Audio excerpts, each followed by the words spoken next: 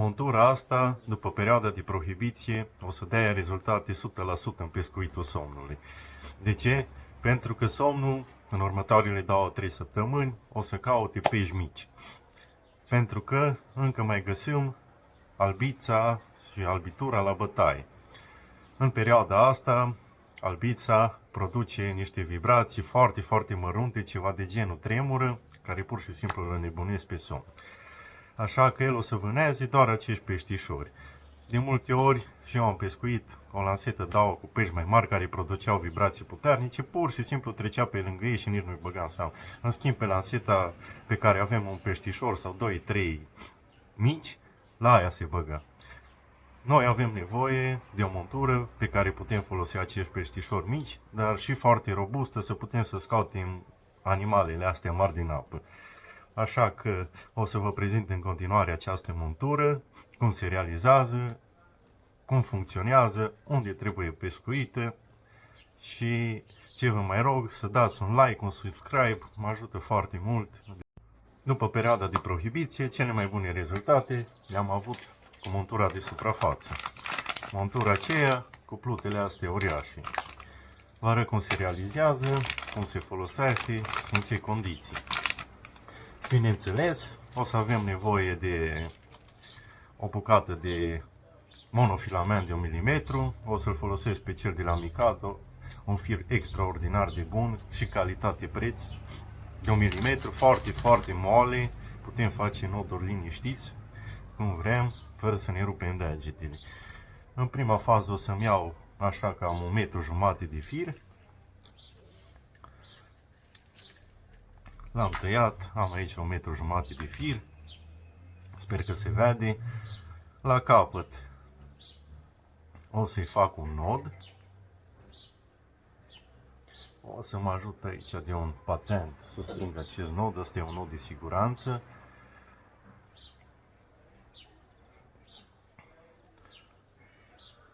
Taie surplusul acesta. Bun, pentru montura asta o să avem nevoie de niște, se numesc bite snap. Dacă nu aveți așa ceva, pur și simplu vă puteți face dintr-o sârmă ceva de genul. Da, nu știu, 5-6 lei, dau o bucăți sau cât îți dau o bucăți, da. Luăm acesta, îl introducem în capătul opus al firului. Facem aici un nod. Vă recomand să faceți un nod în care aveți încredere. Sper că se vede. Cum vedeți puțin. Vedeți cât de mare e firul ăsta. De pot să fac ce nod vreau eu aici. Uite, pac, l-am înnodat. După aceea o să avem nevoie de un cârlig. De data asta o să folosesc un cârlig de 6x0 de la Mikado, un cârlig mic. Ca să vă arăt. Mărimea diferă în funcție de firmă. Uitați, nu e un cârlig mare, e un cârlig destul de mic, dar foarte rezistent. Bun, o să-l introduc și pe ăsta pe firul principal. Așa.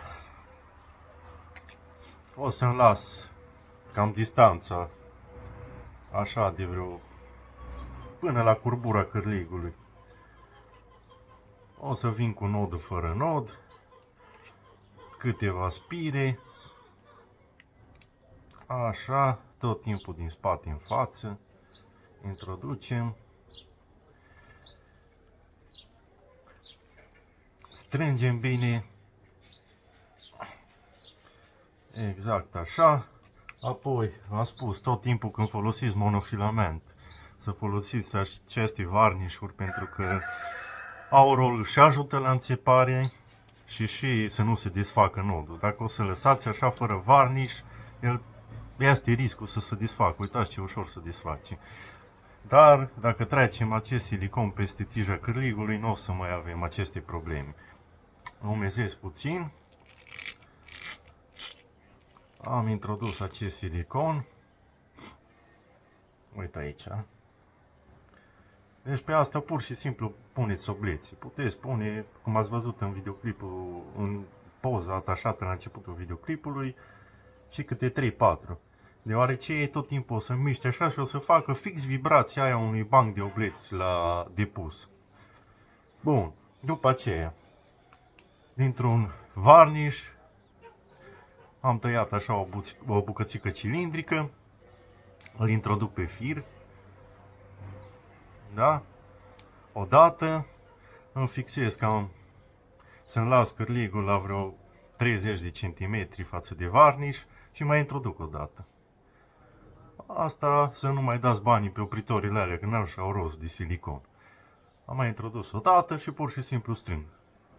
Ați văzut? Și avem un opritor culisant care putem să ne reglăm unde poziționăm plumbul pe montură.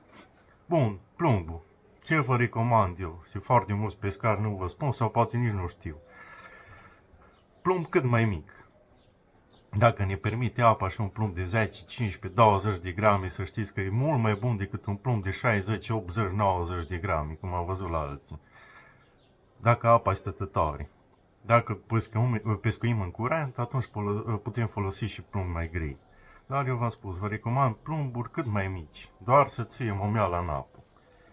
Am introdus, așa, apoi, ca să ne ajute la autoînțepare, mai introduc încă un tub de silicon, tot așa o bucățică, mai introduc încă o dată firul prin el,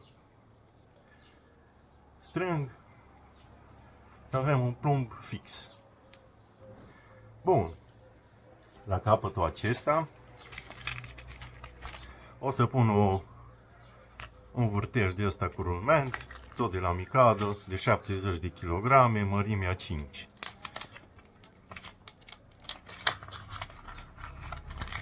Cum facem aici? Introducem odată vârtejul, apoi cu degetul ținem aici, facem o buclă ceva de genul, învârtim, da? Mai introducem, sper că se vede. Așa, am obținut o buclă, bag firul, capătul ăsta, încă o dată prin ochetul vârtejului și am obținut acea buclă.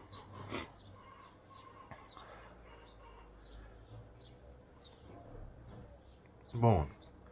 Și aici o să facem nodul 8. Punem degetul, mulți am văzut că doar o dată pun degetul și direct introduc. Nu, de 2 ori am făcut bucla, mai fac unul și încă o dată. Și apoi introducem vârtejul prin bucla rămasă. Sper că se și vede bine. Bun. Și am obținut, am strâns un pic cu dinții să nu mai stau să dureze foarte mult videoclipul. Am obținut nodul 8, la care o să trebuiască tot timpul să facem un nod de siguranță. Strângem, tăiem surplusul și asta e treaba. Deci avem o montură circa de 1 metru, cârligul. Bun, acum o să vă arăt cum punem pluta pe firul principal. Ăsta e firul principal textil. Introduc. O să am nevoie aici neapărat de o biluță de cauciuc, pentru că din tub de silicon nu ține pe nylon textil. Introduc biluță de cauciuc pe fir, prima dată. O să folosesc o plută, credeți-mă că nici nu contează dimensiunea plutei, pot să pescuiești cu o plută de 20 de grame.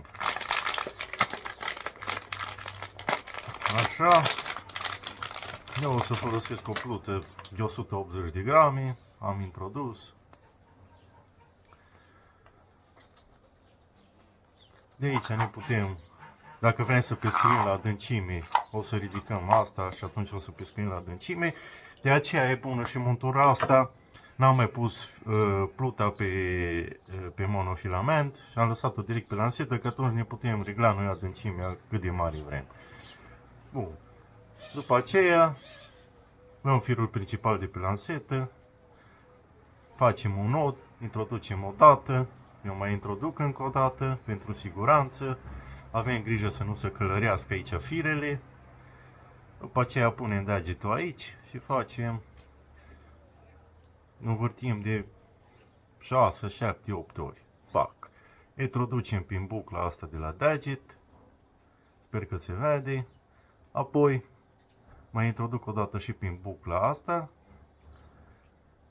fac, umezesc un pic tot timpul și strâng. Și cam asta e montura. Uite, așa o să arate montura. O montură care v-am spus dă rezultate extraordinare în perioada asta. Folosiți pești mici și o să aveți rezultate 100%. Numai bine!